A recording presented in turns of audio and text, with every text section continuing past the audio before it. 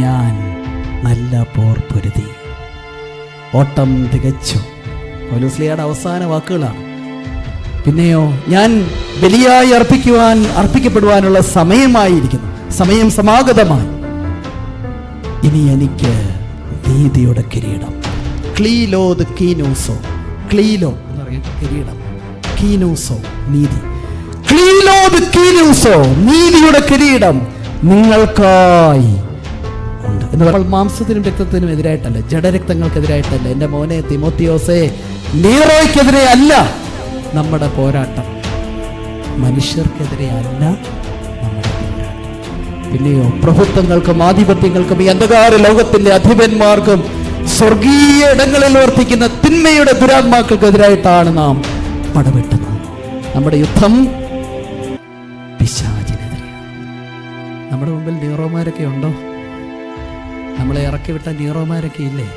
അപ്പോൾ ഓർത്തോണം, നമ്മുടെ പോരാട്ടം ആർക്കെതിരെ അല്ല, മനുഷ്യർക്കെതിരെ അല്ല നമ്മുടെ പോരാട്ടം. പൗലോസ്ലീഹയാണ് പറയുന്നത്, നീറോയ്ക്കെതിരെ അല്ല. നീറോ കൊല്ലാൻ പോവാ, ജൂൺ മാസം 29-ാം തീയതി കഴുത്ത് വെട്ടാൻ പോവുകയാണ്. ആ ജയിലിൽ കിടന്നുകൊണ്ട് പൗലോസ്ലീഹ എഴുതുകയാണ്, മോനെ തിമോത്തിയോസേ, നമ്മുടെ സമരം, ആത്മീയ സമരം, ഈ യുദ്ധം, സ്പിരിച്വൽ വാർഫെയർ, ഈ സ്പിരിച്വലാണ് ഈ വാർ എന്ന് പറഞ്ഞാൽ ഈ യുദ്ധം ആത്മീയമാണ്, മനുഷ്യർക്കെതിരെ അല്ല.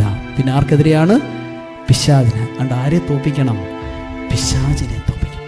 പിശാചിനെ എങ്ങനെ തോപ്പിക്കുന്ന? പൗലോസ്ലീഹ പറഞ്ഞു, നിങ്ങളുടെ ഇടയിലായിരുന്നപ്പോൾ യേശുക്രിസ്തുവിനെ കുറിച്ചല്ലാതെ, അതും ക്രൂശിതനായവനെ കുറിച്ചല്ലാതെ മറ്റൊന്നും അറിയേണ്ടെന്ന് ഞാൻ തീരുമാനിച്ചു.